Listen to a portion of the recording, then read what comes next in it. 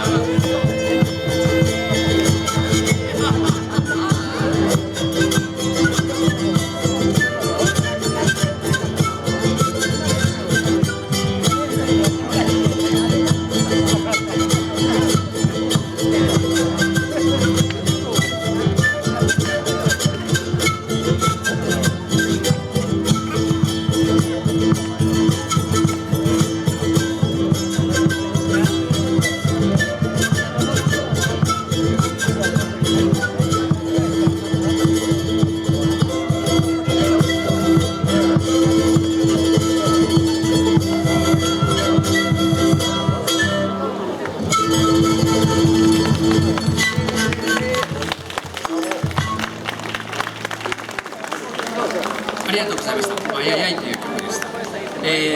皆さんご存知の通り、ご覧の通りですね、民族音楽というだけあって、馴染みのない楽器が、あります。簡単に紹介だけさせていただきますね。まず一番、皆さんが左手からゲーナですね。これよく知っている社会人の時間です。続きましてサンポーニャ、ビールの瓶をブーってそんな感じの音なんです。チャプチャス、ヤギの爪なんかを、これつないだもので乾いた音ですよ。ボンボ、ヤギとか牛の皮を張ってボンボンとかですね。チャランゴ、こちらこのギターがスペイン人が持ち込んで、それを参考にして現地の人が作ったというものですね。最近はないんですけど、昔はここにアルマジロの甲羅を使ってやっていました。チャラチャラというのを使って、このようなですね楽器を使っています。あと一つ、この次の曲でですね、使う楽器がマトラカというんですけども、奴隷にされた人たちの鎖の音を足でつながれたですね、その音を模して作られたというような、そういう一体もある楽器です。このような楽器を使ってお送りします。次の曲は、マリポーサ蝶々という曲ですね。ノリのいい曲なので、ぜひ皆さん手拍子とか何だったら踊っていただいても構いませんので楽しんでください。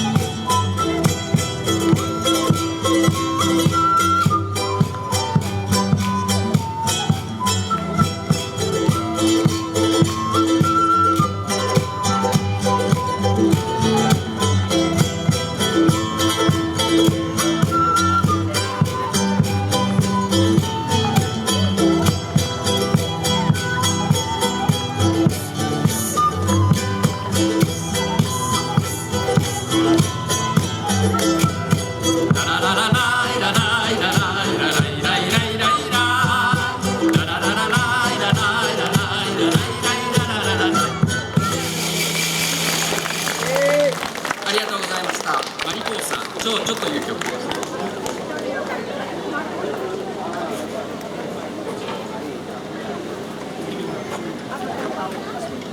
はい、それではですね、私たちの時間が5分となりました。最後の曲をお届けしたいと思います。意味自体という曲です。お嬢さんという曲なんですけれども、こちらティンクというですね、非常にノリのいいリズムで演奏します。ぜひ皆さんも聴いてお願いしたいと思います。